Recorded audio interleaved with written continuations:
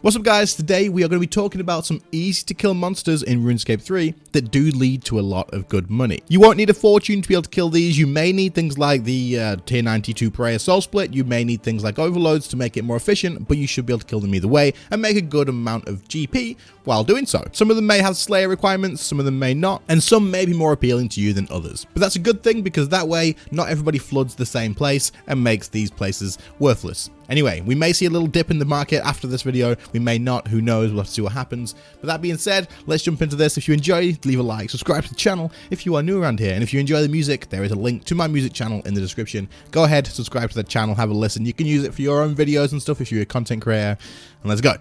The first thing we're going to talk about is going to be the good old lava strike worms. Lava strike worms are in the wilderness, which is now a safe place from other players at least, and this means you can actually take your better gear here, meaning you can kill these a lot quicker than you would have done in the past, seeing as in the past people would have come with a lot less gear than what you can bring now, as if you got PK'd, this is definitely not something you want to do. However, killing these does require level 94 Slayer, and you can kill them off of a Slayer task. But the reason you want to kill these is for the ashes that they do drop. The ashes they drop are currently selling at around about 45,000 GP each, and you can kill these pretty damn quick. In high level gear, you can kill them in a matter of seconds, and in low level gear, you can still kill them pretty damn quick as they don't have that much health. The health they have is 30,000, which doesn't take a long time to do. As an example, if you are in high level mage gear, you can just use an Omni power with the RuneScape and it's dead. That's pretty much it. It's done, dusted, goodbye, finito, back to Lumbridge for Mr. Lava Strikeworm.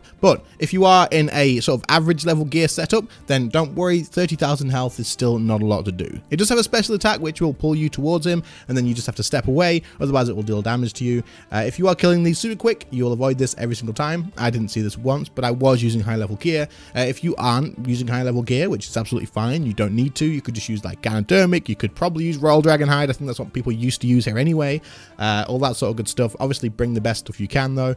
You can still kill these pretty damn fast. Obviously, with these being in the wilderness, you will now have to keep an eye out for the mobs, like the big group of enemies that do spawn on top of you or near you when you are like a higher threat level. These are easy to deal with. You just get away from them, and then they despawn. You go back and you keep killing them. I didn't see any of these while I was recording this clip, and the wiki itself at the moment says that this is around about 7 million GP per hour in profits. I would disagree. This is a lot more than that. It is a hell of a lot more than that, as I got 3 million GP in under 10 minutes as I was messing around as well and trying to figure stuff out, and I was screwing it up and I was messing around with my inventory and stuff. It was a complete, I probably did about 5 minutes of actual killing, and I made 3 million GP. Obviously I was in high level gear, so that's something to keep in mind, but it really, you'll definitely make more than 7 mil an hour here. If I made 3 mil in under 10 minutes, you can definitely make more than 7 mil an hour here on any sort of gear level whatsoever. Along with the ashes, it is worth picking up things like the onyx bolts and stuff as well, and any salvage that you get to. You could bring a spring cleaner if you wanted to. That would probably be the best thing to do for the salvage. And then the final thing to mention, I actually used a legendary pet here. Now, if you do have a legendary pet, you can have it pick up the ashes for you. This makes this a lot higher like money per hour because it's going to save you having to run to the monsters to pick up the ashes every single time.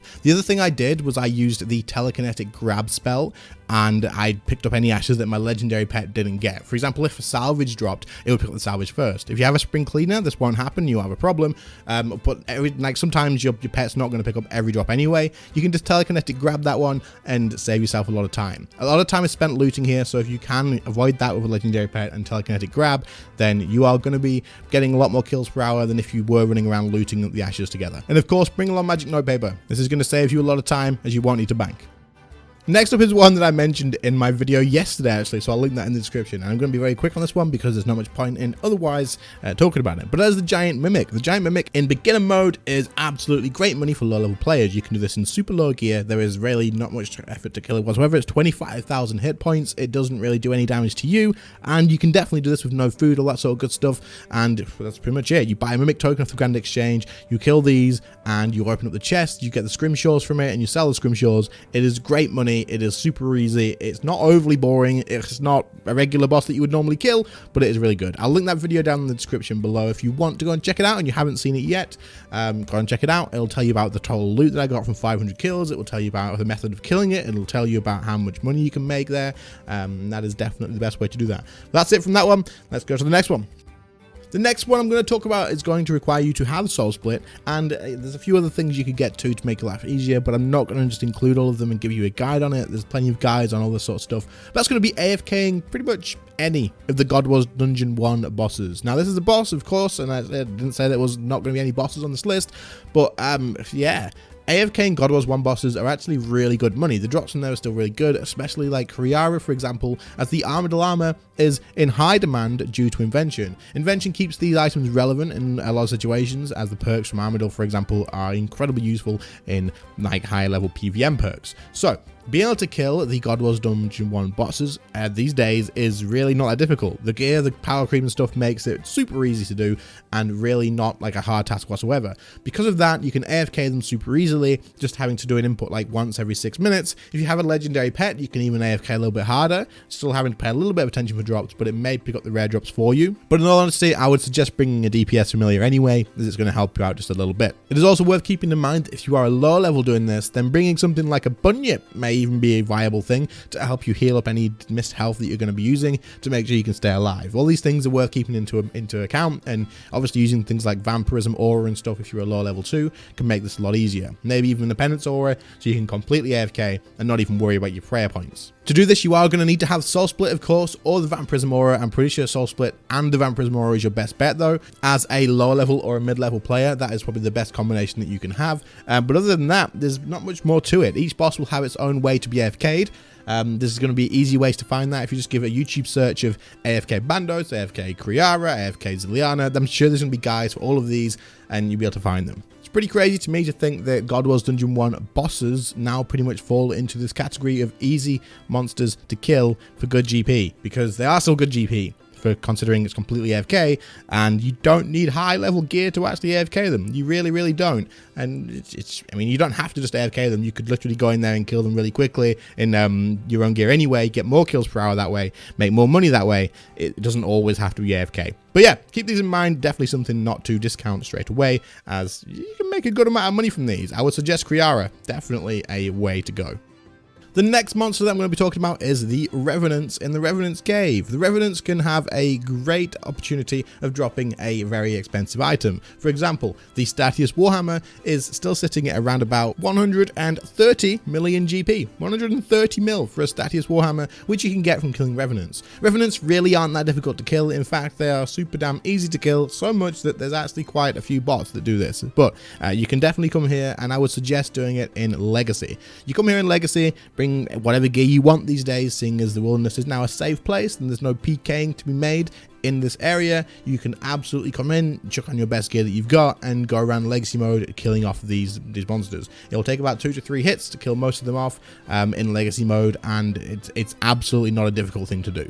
You aren't going to need much food, you aren't going to really need to pay much attention other than just clicking around, going to the next one, to the next one, to the next one, and then eventually you are going to see those Revenant drops. The Revenant drop table is pretty big, and it will take a while, unless you get really lucky, of course, to grab yourself a Statius Warhammer. That being said, these are incredibly easy to kill targets. They are not difficult in any way whatsoever, and they do come with that big ticket item of around about 130 mil. Of course, there's other items on the drop table too that do hold a little bit of a value, so you can still get those too. For example, the Zuriel staff is still pretty expensive, the Vested spear and all that sort of good stuff. You can still grab those. They are still pretty expensive and valuable, so if you do grab them, then hey, it's still a bit of money. But the Statius Warhammer is absolutely what you're going to be here hoping to get. It is extremely rare, but you can kill a hell of a lot of these very quickly, and it's not hard whatsoever, meaning you can get through the kill count pretty damn quick. So good luck if you do try out the Revenants. They are a great little NPC, little monster, I don't know, easy to kill thing to go for if you are just chilling and wanted to make a little bit of cash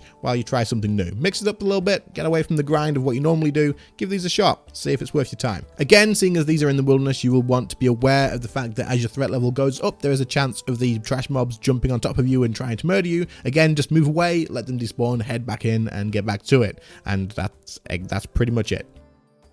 Next up, we're going to be talking about the Frost Dragons. The Frost Dragons are a monster that require 85 dungeoneering to access. Now, the Frost Dragons have been known for many years to be absolutely great money makers. They have always been great money makers, and they are still great money makers. That is because their bones are worth a lot of money, just like the lava strike worms with their ashes at the beginning of this video. They do drop other items as well, and of course you could also consider yourself lucky getting a visage or something, which is just a little bit of extra cash on top of the pile, but the Frost Dragon bones is the main reason you would come here. Now, you are going to want to be using super anti-fire. Wait, those are now tradable on the Grand Exchange. If you did not know, you can actually just go and buy them. You don't need the herbal requirement for them anymore, and then you can absolutely go ahead and kill these off with 85 dungeoneering to access the dungeon and get yourself as many kills as you can per hour.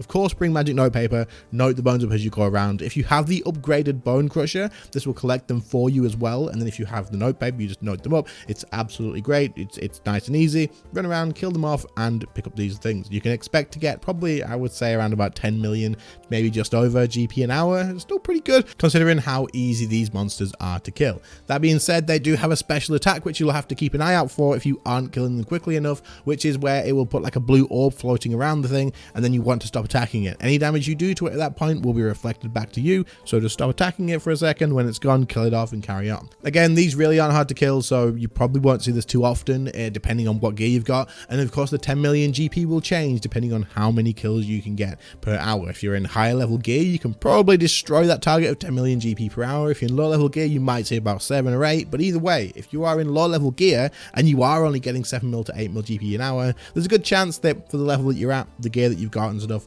that it's probably a good amount of profit per hour for you. At that point, you got to keep in mind it does scale. If you're not hitting 20 mil an hour, that's probably because 20 mil to you is a hell of a lot more than it would be to the people who are getting that. So you got to keep that in mind. They do drop a sort of like stack of loads of other good items too, like noted herbs and stuff. It'll be completely up to you if you think these are worth picking up. Personally, I don't think any of them are. I would just honestly pick up things like the blood runes maybe. Have a spring cleaner, clean up any of the salvage that is worth doing, like the rune salvage, and then pretty much just run around and pick up the bones as fast as you can. Focus on that, and don't really do anything else. Again, you could use a legendary pet here. I think they would pick up the bones every single time, but if you have the upgraded bone crusher, that is the best way to go.